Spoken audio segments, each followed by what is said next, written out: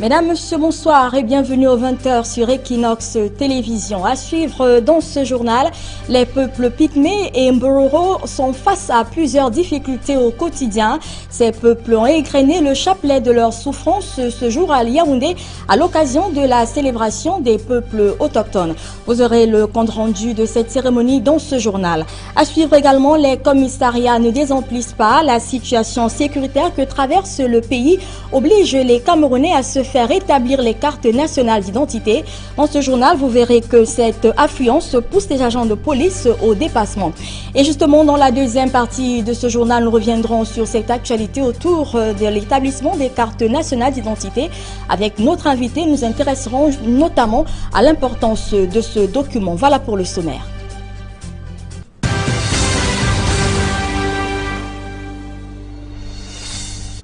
Une fois de plus, mesdames et messieurs, bonsoir et bienvenue à ce journal.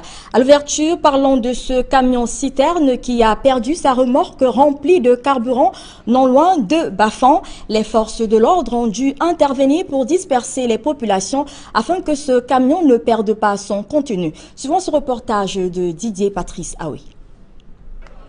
C'est au lieu-dit Famke, village situé à quelques encablures de la ville de Bafang, dans le Honkam, que ces événements se sont produits. Un camion-citerne, visiblement en provenance de Douala, voit sa remorque contenant du carburant céder et finir sa course à quelques millièmes d'une maison d'habitation. Nous avons été saisis qu'une citerne s'est renversée. Une citerne s'est renversée. Surtout nous avons rendu compte à ce procureur public et aux commandes compagnie qui nous ont inscrit des descendre sur le terrain immédiatement. Ce que nous avons fait, puis nous avons saisi. La commande compagnie nous a envoyé du renfort pour éviter que les gens se mêlent, pour le carburant, pour éviter une catastrophe comme ce qui est arrivé à Sami il y a quelques années.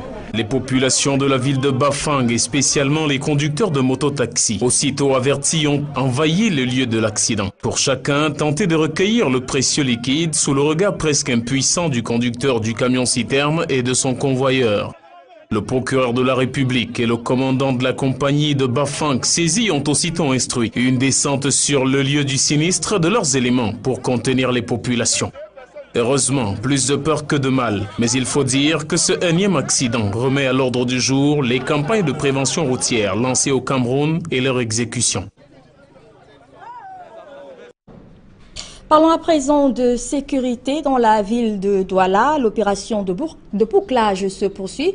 Après Bonaloka, c'est au lieu-dit ancien 3e dans le quartier Bonadibon qui a été ratissé il y a quelques jours. Plusieurs objets contondants ont été trouvés et une curieuse auberge de fortune également. Suivant ce reportage de Claude Ekwa et Oriol Choumi. On se croit dans un atelier de couture. Ce n'est qu'une vue. Derrière cette porte se cache un mini-hôtel. Un couloir assorti de 4 chambres modernes. Dans l'une d'elles, un poignard est retrouvé sous un matelas. Un second poignard sera retrouvé dans la chambre du gérant. Cette auberge est la grosse découverte du jour. L'opération de bouclage menée d'ancien 3e au carrefour Anatole a permis de mettre la main sur des personnes suspectes. De nombreuses autres, non détentrices d'une carte nationale d'identité, se sont vues interpellées.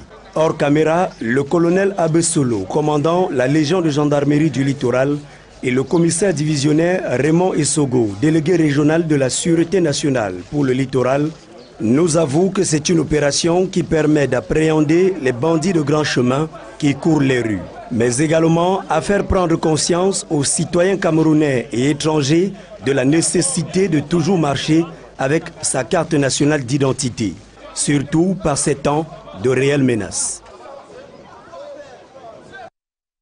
Parlons à présent de cette fermeture de la chaîne Afrique Média à Douala qui a été contestée par les populations. Les populations volent donc au secours de la chaîne à Douala. Elles ont pris d'assaut les locaux de la télévision située en Dogbon cet après-midi. Cette intervention faisait suite à la descente musclée du représentant du sous-préfet de Douala 5e qui accompagnait le commissaire central venu apposer des scellés au siège local. Une décision qui n'a pas été du goût de ces populations qui voient en cet acte un moyen pour les autorités de museler ce média. On parle de sécurité encore. Les populations de la ville de Bafang, dans le Haut-Kam, affirment ne pas percevoir l'efficacité des mesures prises par les autorités pour barrer la voie à l'ennemi. Pas de contrôle dans les lieux de rassemblement, pas de contrôle dans les agences de transport, encore moins les contrôles dans les lieux publics. Une situation qui fait naître des inquiétudes. Suivant ce reportage de Nadine Yambou. La sécurité n'est pas encore renforcée à Bafang. Rares sont les jours que les policiers sonnent, rares. Pour l'instant, rien n'est fait d'une manière que la population puisse rester en sécurité. Voilà donc quelques craintes des populations de la ville de Bafang dans le Haut-Kam.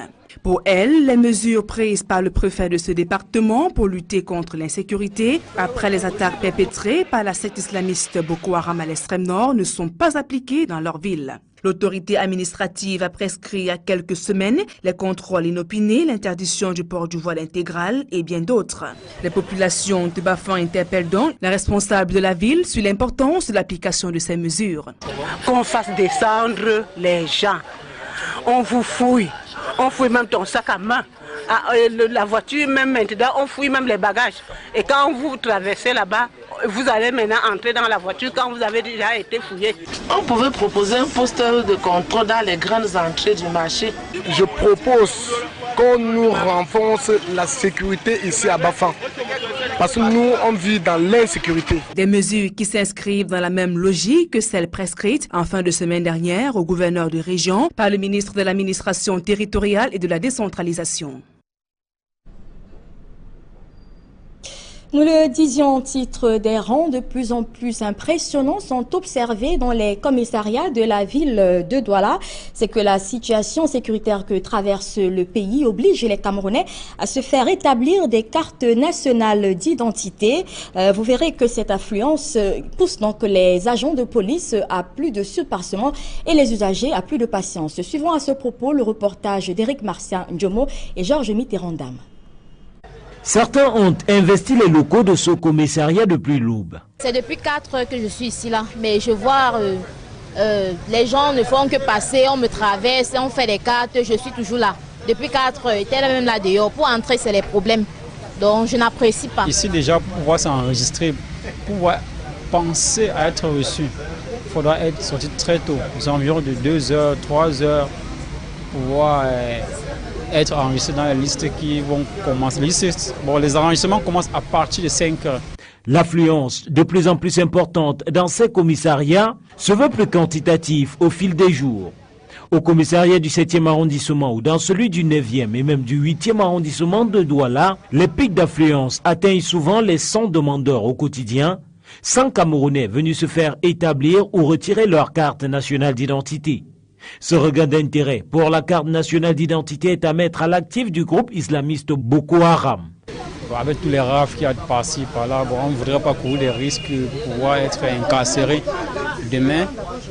Et là, c'est aussi une des raisons pour laquelle je suis là pour la carte nationale. Dans de nombreux commissariats, le dispositif d'accueil a été réaménagé pour recevoir le maximum d'usagers. C'est le cas des commissariats du 7e et du 8e arrondissement de Douala par exemple, qui se sont dotés de hangars circonstanciels question d'abriter les usagers. Pour éviter toute ambiguïté sur les tarifs de confection des cartes nationales d'identité, les prix sont placadrés à l'intérieur comme à l'extérieur des commissariats. Parmi la foule, des personnes avec des récépissés venus récupérer leur carte d'identité et d'autres venus confectionner. Pour cette dernière catégorie, la vérification des documents par le chef de poste d'identification se fait avec minutie. Selon les prévisions dans les commissariats, cette affluence inhabituelle pourrait durer de nombreux mois encore. Nous le disions également en titre, sous scolarisation, problèmes fonciers, travail des enfants sont entre autres difficultés dont font face les peuples Mbororo et Pygmées au Cameroun. Ces peuples ont égrené le chapelet de leur souffrance ce jour à Yaoundé à l'occasion de la célébration de la Journée internationale des peuples autochtones. Le reportage d'Emmanuel Diop et Aïk Cyril. Face au ministre des Affaires sociales, Pygmées et Bororo du Cameroun égrènent le chapelet de difficultés qui nuisent à leur épanouissement, notamment dans le domaine du foncier. Les villages Baka ne sont pas reconnus d'abord officiellement et en plus les chefs Baka ne sont pas aussi en même temps reconnus.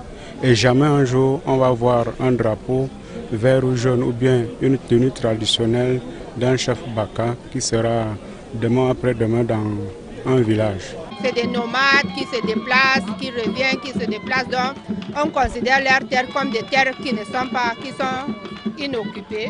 En plus du foncier, ces peuples autochtones font face à la sous-scolarisation et à une faible reconnaissance de leurs droits civiques. C'est des peuples qui jusqu'à un certain temps avaient des difficultés pour obtenir les documents officiels qui leur donnent la nationalité du pays. Les enfants parcourent des kilomètres pour aller maintenant dans les écoles, là où il y a les écoles Bantou. Et ça fait en sorte que les petits-enfants Baka sont beaucoup discriminés. Pour que la coupe soit pleine, ils sont victimes de divers autres cas d'abus. De temps en temps, les uns et des autres qui ont beaucoup de moyens arrivent dans les villages, prendre les Baka et amener ailleurs pour aller faire leurs travaux. Si vraiment le gouvernement peut interdire cela. Face à toutes ces récriminations, les pouvoirs publics entonnent l'hymne à l'inclusion sociale. L'action est volontariste de promouvoir l'inclusion sociale des populations autochtones, Pygmées et Bororo.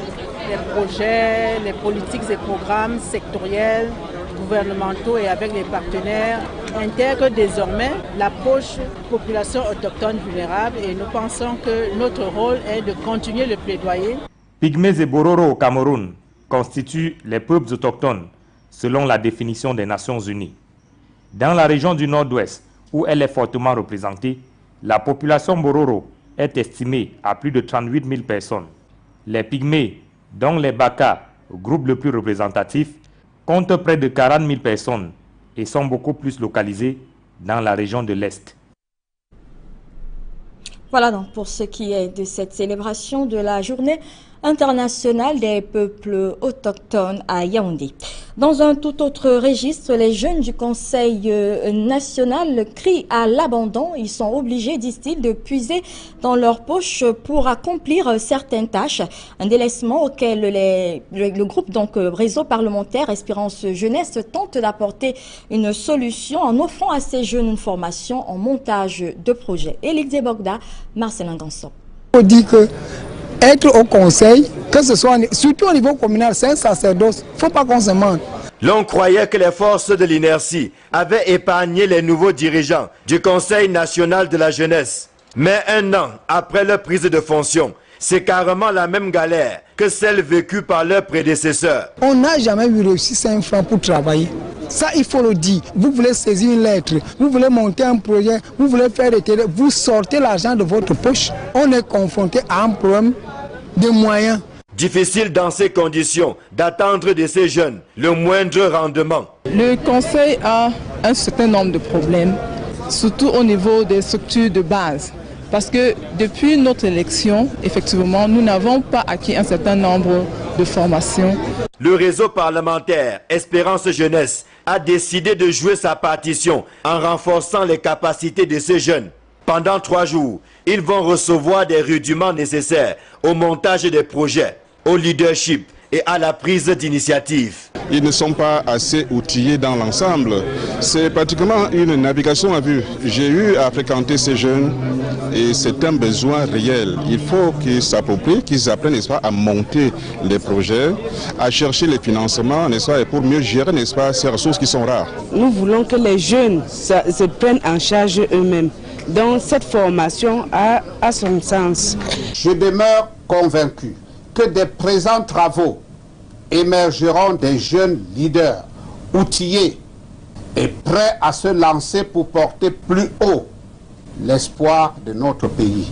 Et pour montrer qu'ils n'abandonnent pas les jeunes du Fundi, les parlementaires ont remis séance tenante divers équipements informatiques. Cette jeunesse ici, dans le Fundi, elle est organisée en structure communale. Nous avons pensé qu'il fallait leur apporter un certain appui en matière informatique pour essayer de les aider à mieux remplir leur mission. Ce matériel qu'on nous a remis aujourd'hui vient à point nommé. Ça va nous permettre de ne plus nous aller au cyber, au secrétariat, dépenser un peu de notre argent. Depuis sa création, le Conseil national de la jeunesse peine à décoller, au point où les jeunes en sont à se demander si ce projet n'est pas mort-né. À force de raisonner dans le vide, jusqu'ici. Dans le reste de l'actualité, le rôle des femmes dans le processus de la décentralisation était au cœur de la célébration de la 4e journée africaine de la décentralisation. L'événement qui s'est célébré ce jour à Yaoundé a également permis d'évaluer le rôle de ces femmes sur le terrain. Une rencontre à laquelle a également pris part nos reporters Emmanuel Diop et Guy Zogo. Reportage. Quand il s'agit de décentralisation au Cameroun, les acteurs, du moins le gouvernement et les collectivités territoriales décentralisées, y vont chacun de sa sensibilité. Ainsi, à l'ouverture de la 4e édition de la Journée africaine de la décentralisation et de la gouvernance, quelques sons de cloches dissonants étaient au rendez-vous. Au sujet du rôle des femmes dans ce processus, thème de cette 4e édition, le gouvernement a salué une belle échappée. Comme bénéficiaire, il sied de relever que la plupart des projets réalisés dans le cadre de la décentralisation intéressent au premier plan les femmes. Comme actrice, il me plaît de rappeler qu'au Cameroun, la participation des femmes à la décentralisation et à la gouvernance locale est à la fois effective et positive. Alors que les communes et villes unies du Cameroun, CVUC, regroupement des communes du Cameroun, ont déploré la portion congrue réservée aux femmes au Cameroun sur ce terrain. Les femmes occupent moins de 10% des postes de responsables exécutifs dans les conseils municipaux. Nous nous rendons très vite compte que nous sommes encore loin des vœux de la Charte africaine sur les valeurs et les principes de la décentralisation. Les positions ne se veulent pas pour autant irréconciliables, d'où la volonté affichée d'aller au-delà de ce qui est fait jusqu'ici. Le thème de cette année traduit le souci de l'Union africaine d'encourager, dans la perspective de l'approfondissement des processus de décentralisation en cours en Afrique, la participation des femmes, prises à la fois comme actrices et comme bénéficiaires de ce processus. Il nous faut agir vite et bien, pour non seulement donner à la femme camerounaise la place qui lui revient dans ce processus de décentralisation qu'elle vit en étrangère, entre guillemets, alors même qu'elle est l'une des actrices de premier plan, notamment au niveau de l'animation politique locale, où elle est de tous les combats. Des perspectives qui se veulent donc optimistes, même si la réalité du terrain, elle n'est pas souvent loin de faire déchanter. Parlons santé à présent, l'épidémie de rougeole refait surface dans la capitale économique, notamment à Douala. Une dizaine de cas a déjà été enregistrés à l'hôpital de district de Deido. Les médecins qui ont fait cette révélation précisent également que la maladie peut avoir des effets irréversibles sur la santé, d'où l'urgence de faire vacciner les enfants. Suivons à ce propos le reportage de Jules Ngué et Jean-Johnny Peck. Le Cameroun est en situation d'épidémie de rougeole. La maladie se répand à une vitesse qui inquiète les médecins. À l'hôpital de Deido de Douala, une dizaine de cas a déjà été enregistrés depuis le début de l'année. L'épidémie est déclarée dans la zone depuis le début de l'année. Moi particulièrement ici, depuis le mois de janvier 2015, j'ai eu une dizaine de cas de rougeole avérés. La recrudescence de la rougeole est due au fait que beaucoup de parents négligent la vaccination. Et quand il y a déjà un cas dont les enfants qui sont tout autour sont prédisposés, ils peuvent attraper facilement. La région du Nord-Ouest est la première région où l'on a enregistré des cas de décès et des centaines de personnes infectées par la rougeole. La ville de Douala court un danger du fait de la méconnaissance de la maladie par de nombreuses familles, mais aussi à cause de certaines croyances. Bon, on m'a dit que c'est une maladie, ça sort sur la peau de l'enfant, les petits boutons. Un peu plus petit que la varicelle, parce que la varicelle, quand même, j'ai eu à voir. Je ne connais pas trop la rougeole. J'ai les enfants, mais moi, je n'ai pas trop vacciné mes enfants, parce que j'ai été au village, donc j'accouchais comme ça et je ne vaccinais pas mes enfants. Les spécialistes de la santé recommandent une sensibilisation plus dense sur l'épidémie de rougeole. Un enfant bien vacciné contre la rougeole ne peut pas faire la rougeole. Et le vaccin se fait généralement à l'âge de 9 mois. C'est à l'âge de 9 mois qu'on vaccine l'enfant. Mais les enfants qui sont immunodéprimés, c'est-à-dire qui ont le VIH et que leur immunité est faible, on préconise de faire une première dose à 6 mois et puis on renforce à 9 mois. La rougeole est une maladie très contagieuse qui affecte principalement les enfants. Elle se manifeste par une forte fièvre qui peut atteindre 40 degrés, une conjonctivite accompagnée des yeux larmoyants. Il apparaît également des petites taches blanchâtres sur la peau du patient. La maladie est mortelle, mais la vaccination permet de la prévenir ou tout au moins de l'atténuer si elle survient. Voilà, c'est la fin de cette première partie du journal. Nous nous retrouvons pour la seconde partie avec notre invité. À tout de suite.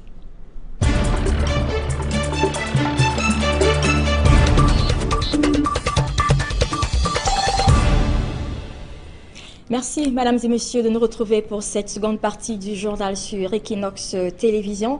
Nous recevons ce jour le docteur Charles Gachfina, qui est un socio-politologue. Avec lui, nous l'avons dit en titre, nous abordons la question autour de l'affluence de l'établissement, la carte nationale d'identité. Bonsoir, docteur, et bienvenue sur notre plateau. Bonsoir, madame. Alors, on peut dire que la situation sécuritaire du pays a changé les habitudes des Camerounais. On l'a vu dans le reportage qui est passé tout à l'heure. Les commissariats ne désemplissent pas. Plusieurs personnes cherchent aujourd'hui à se faire établir la carte nationale d'identité. Est-ce que cette situation sécuritaire à elle seule peut expliquer ce phénomène? Alors, en redisant un acte de civilité à vos multiples auditeurs, je voudrais, avant toute analyse de fond, préciser que la carte d'identité est un élément fondamental d'identification, comme son nom l'indique. C'est donc un référentiel qui renseigne sur les filiations d'un individu. Donc, c'est un acte juridique de patriotisme et de civisme. Donc, tout citoyen, à défaut d'être apatride, c'est-à-dire sans nationalité, chacun devrait se procurer une identité. Mais je crois que dans le contexte camerounais, ça se comprend encore mieux avec, d'une part, le contexte que nous vivons avec les affres de Boko Haram et que la guerre asymétrique qui a changé de versant, puisqu'on ne parle plus, c'est davantage un problème de sûreté qu'un problème de sécurité. Donc ça appelle les services de renseignement, ça appelle la police et donc naturellement la sécurité de la carte nationale d'identité. Et puis, entre les intrus qui peuvent également infiltrer le système d'identification, il faut bien que la multiplication des rafles et des fouilles donne à cette affluence-là. Mais ces longues files d'attente dans les commissariats démontrent également que plusieurs Camerounais n'avaient pas de carte nationale d'identité, sinon on ne les retrouverait pas là-bas. Comment est-ce qu'on peut comprendre cette réticence de la part des Camerounais à se faire établir des cartes nationales d'identité en dehors des situations comme celles que nous vivons à l'heure actuelle? Ce n'est pas un événement nouveau, ce n'est pas non plus surprenant. Il faut replonger dans la culture du Camerounais commun. Alors c'est un acte qui plonge dans le registre de ce qu'on appellera en sociologie le registre de l'indocilité et de l'incivisme et même de l'indolence qui a pion sur rue dans notre pays. Figurez-vous, il y a eu des campagnes qui ont été menées, je crois qu'à la veille des élections présidentielles, où la gratuité pratiquement de la carte a été donnée, mais dont on sent toujours ce laxisme qui caractérise la société civile camerounaise. Est-ce que ce laxisme n'est pas également partagé avec les autorités? Parce que peut-être qu'on peut également expliquer cela par le manque d'impunité autour du défaut de port de la carte d'identité. On constate que depuis que les rafles ont été lancés, que l'autorité met un accent sur, voilà, un regard sur le port de la carte nationale d'identité, il y a affluence. Peut-être que ça peut expliquer cela? C'est difficile a priori de jeter l'anathème sur nos forces de l'ordre, puisque les forces de l'ordre, dans leur service, assurent la sécurité des biens et des personnes. Par contre, on comprend quand même qu'il y a eu une accélération qui est née du fait que bon, le Cameroun traverse une passe assez difficile, mais c'est d'abord un acte de citoyenneté, comme je le disais. C'est un acte de patriotisme. Vous ne pouvez pas justifier une nationalité camerounaise tant que vous n'avez pas une pièce d'identité. Donc on peut comprendre entre le laxisme ou alors le manque de récurrence des rafles qui ont donné peut-être à l'identification de certains Camerounais qui sont reconnus, qui sont nés de père et de mère camerounaises mais qui n'ont pas d'identité. Je crois que c'est plus un problème de culture civique qu'un problème plutôt d'autorité policière. Justement, nous convenons tous que la carte nationale d'identité est un document très important pour tout citoyen. Quel est le discours que les autorités devraient avoir aujourd'hui pour convaincre justement les populations d'aller se faire établir des cartes nationales d'identité? Les rafles, c'est bien, mais peut-être qu'une sensibilisation en amont serait mieux. Cette situation rappelle d'abord une approche de docimologie ou alors simplement une approche pédagogique. C'est-à-dire qu'il faut ressortir le bien fondé pour le Camerounais d'avoir une carte nationale d'identité. C'est d'abord, figurez-vous, prenez un cas de figure, ou vous prenez un taxi, ou bien vous êtes en déplacement, un accident vous arrive. Mais le premier document qui renseigne sur la personne, c'est d'abord la carte nationale d'identité, puisqu'il y a des informations sur le nom, il y a des informations sur la parenté, je disais, toute la filiation est là. Donc c'est d'abord pour la sécurité personnelle que la carte est requise davantage que la peur du gendarme nous fasse avoir une carte. Donc, il y a d'abord ce problème de pédagogie, ce problème de sensibilisation qui doit être mené à la base pour comprendre que la carte nationale d'identité est d'abord un bien personnel. Donc, c'est d'abord pour la protection personnelle que de faire qu'un devoir de contrôle Justement, policier. comment mener ces campagnes? Qu'est-ce qu'il faut? Des campagnes de proximité, par exemple? Je crois que le problème, il y a avec les états civils qui écument le Cameroun. Je crois que la sensibilisation devait partir d'abord au niveau des états civils, puisque le document déclencheur de la carte, c'est le certificat de nationalité qui se justifie par un acte de naissance. Donc au niveau des états civils, quelque chose doit être fait. Les médias doivent être pris à contribution et même l'éducation familiale devrait renseigner. Un parent qui a un enfant qui a l'âge d'avoir une carte nationale d'identité devait pouvoir engager son enfant à l'avoir au-delà de la carte scolaire ou bien la carte d'étudiant qui devait. Donc il y a un problème d'abord de sensibilisation d'ordre global. Les médias peuvent être mis à contribution et puis les rafles ou l'action policière devait amener les citoyens à comprendre que le défaut d'acte c'est un crime, ça doit être puni. Donc il y a l'aspect répressif qui devait amener tout le monde à avoir une carte nationale d'identité. Oui, docteur, on avait également vu pendant le reportage l'affluence que connaissent les commissariats ces derniers temps amène une petite difficulté à gérer toutes ces personnes. À votre avis, comment est-ce qu'on peut gérer cette affluence aujourd'hui? On ne peut pas peut-être penser, comme on l'avait fait pour les cartes électorales, à créer des centres pilotes pour essayer d'aider ces personnes à faire leur carte d'identité sans trop grande difficulté? C'est un problème d'attentisme qu'on devrait mettre peut-être à l'actif de nos forces policières, parce que je crois qu'une lecture stratégique de la guerre que nous menons devait comprendre qu'on est passé de la phase d'un problème de sécurité à un problème de sûreté. Donc, le problème de renseignement et de cartes devrait se poser. Donc, la délégation générale à la Sûreté nationale devrait peut-être en avant anticiper sur le fait, comprendre que bon, l'état actuel de la guerre demande qu'on passe au point fin l'identité de tout un chacun. Donc les mesures devraient être déjà engagées pour comprendre que la phase kamikaze que Boko Haram entreprend devait donner à cette situation. Donc il y a un peu cette position ou cette attitude attentiste que nos forces de l'ordre en charge d'établissement des cartes a également gardé. Mais je crois qu'on a dans la ville de Douala une quinzaine, je crois, de postes d'identification. Je crois peut-être la logistique peut peut-être faire défaut, mais les infrastructures, je crois que la délégation générale à la Sûreté nationale peut parer au plus pressé. Autre question, docteur, concernant les arnaques autour de l'établissement des cartes nationales d'identité. On l'a vu tout à l'heure, toujours dans notre reportage, que plusieurs personnes quand même se plaignent de dépenser un peu plus que ce qui est normalement prévu, c'est-à-dire 2800. Comment pensez-vous qu'on peut également faire pour limiter ces dysfonctionnements? Vous voyez, je crois que les brebis galeuses, elles existent un peu partout. Je crois que l'effort qu'on peut faire, c'est de réduire à la proportion congrue ces actes. Mais pour avoir fait un tour dans des commissariats, puisque nous avons des cadets qui sont également dans cette situation, mais les indications sur la cotation à payer sont quand même affichées dans 3 ou 4 commissariats que j'ai eu le loisir de visiter aujourd'hui. Donc ça permet de limiter et encore à ce niveau, nous interpellons les médias. Ou alors, il y a des émissions spécialisées de la délégation générale à la Sûreté nationale qui peut renseigner. Il y a des relais au niveau des médias publics pour donner une cotation sur le prix à payer d'une carte nationale d'identité. Mais les brebis galeuses, je crois que c'est un phénomène social total. Ils existent partout. On ne peut pas extirper ce phénomène de la police chargée de l'identification des Camerounais. Pour sortir, docteur, une question sur cette révélation qui a été faite il y a une dizaine de jours par le gouvernement. Une entreprise française sera en charge de confectionner désormais les cartes nationales d'identité. Il s'agit de l'entreprise Gemalto. Ces cartes qui vont donc quitter des cartes informatisées aux cartes numérisées. À votre avis, est-ce que c'est toujours rassurant pour les Camerounais de savoir qu'un domaine aussi sensible que l'identification des personnes est toujours donné aux Français, aux étrangers? Mais je crois qu'il faut dépassionner un peu le débat et puis pas verser dans un subjectivisme exacerbé vers notre chère France coloniale.